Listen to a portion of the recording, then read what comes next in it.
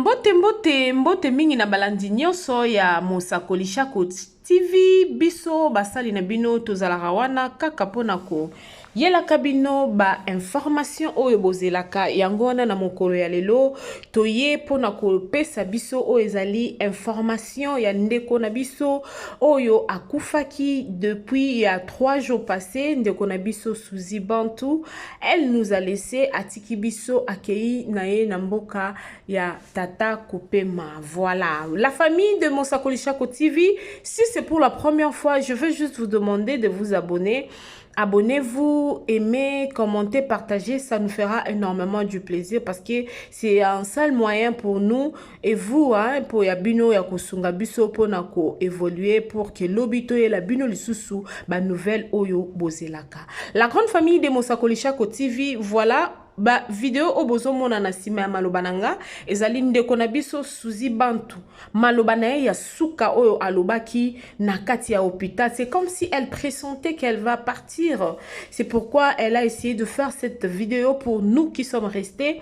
Moi je le dis toujours, tokendaka tang tokendaka na ba matanga ya de pasteurs qui viennent prêcher. Ba pasteur on attend ba ka côté ya tepo na mowei muto yoko lela. Ba pasteur on a bateya ka pona biso bato tozana nous envie toyoka et puis to tambola na droit chemin.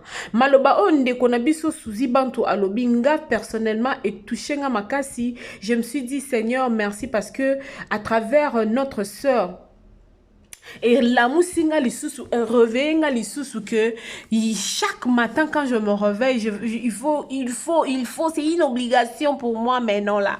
Que chaque matin quand je me réveille, je dis ne fils qu'un petit merci à mon Dieu pour sa protection.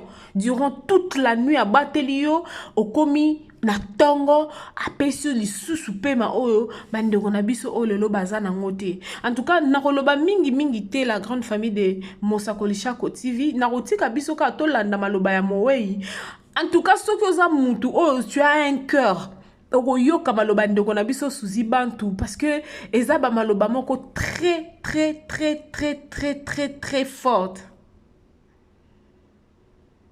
Maloba moko ya makasi eza maloba moko o soko yoki yango na litoi ya kibomoto o lekango okotika onka eleka bo mais soko yoki yango pena na litoi ya kibo ya intérieur, tu vas te dire tout est vanité. Nous devons rendre gloire à Dieu. Nous devons rendre grâce à Dieu parce que c'est lui, il est le seul qui peut protéger. Et moi, je crois que si notre sœur Suzy Bantu n'est plus aujourd'hui, c'est juste parce que le Dieu là le veut. Pour son nzamba linga été alinga kufate sous sa maladie alinga kabika. Mais Dieu a permis que ndeko na biso akende. Donc to question yete to tout na nzambe ba question et belé te biso ana Mosakoli Shako TV to yakaka pona ko informer biso.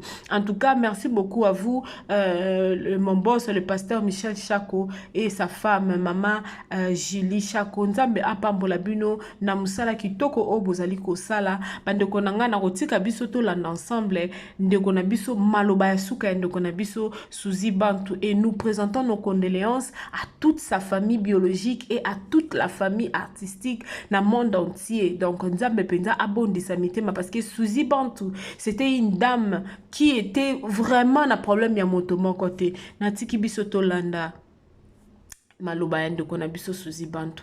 Merci. Quant à moi votre humble servante tokutani lisusu na mikolo oyo ezali koya soki yesu azongite bien sûr. Bye. Bino batuzana ndako uleki bango eloko te ezaka ngolu mpe mawana nzambe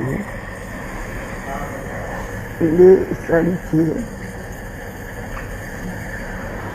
bino bozoma na bandako bango na bazoma na kobanteka okulisa nzambe ya lola otesi bino mpe mana bomo ete nzoto makasi po aza bolingo na journée na Yesu aza bien tongo etani et tout ce qui respire loue l'éternel ndenge bible ezoloba o bato aza na bofito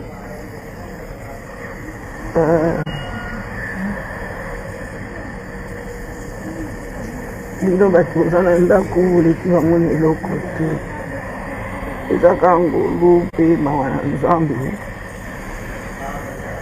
nde esaliki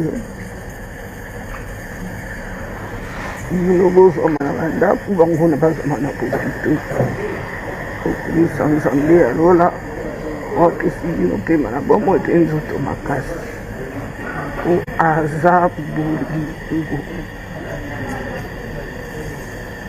bana journe na yesu aza bien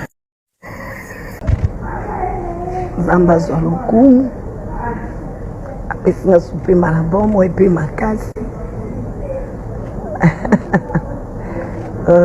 un monde de perfusion toujours, mais on est là. Nous avons passé longa, la biki n'a déjà, la biki penza. Voilà quoi. Un monde de perfusion toujours, perfusion, maman, perfusion.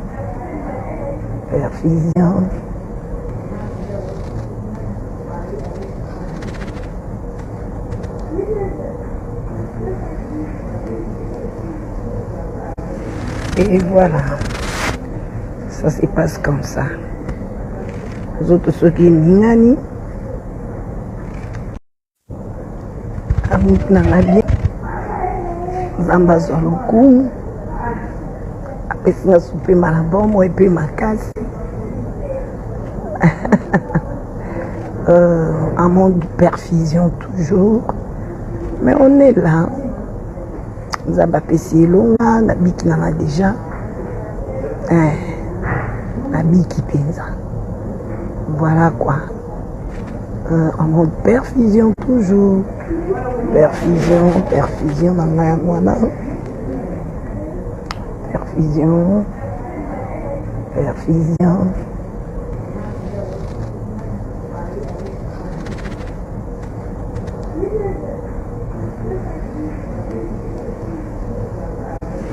Et voilà, ça se passe comme ça.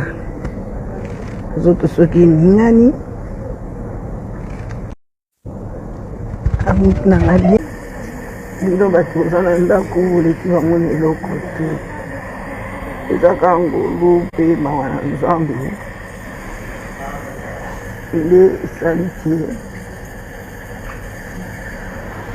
bino bozwama na bandako bango na bazwama na popoto okolisa nzambe ya lola otesi bino pema na bomo ete nzoto makasi po aza bolingo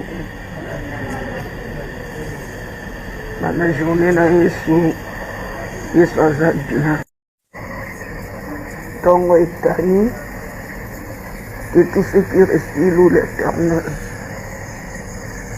ndenge bible ezoloba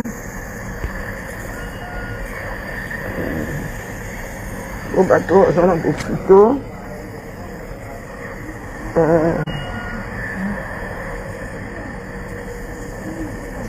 bino bato oza na ndako oleki bango na eloko te. Ezaka ngolu mpe mawa na nzambe nde esaliki bino bozwama na bandako bango na bazwama na popoto okolisa nzambe ya lola otesi bino pema na bomo ete nzoto makasi po aza bolingo bana journe na yesu aza bien.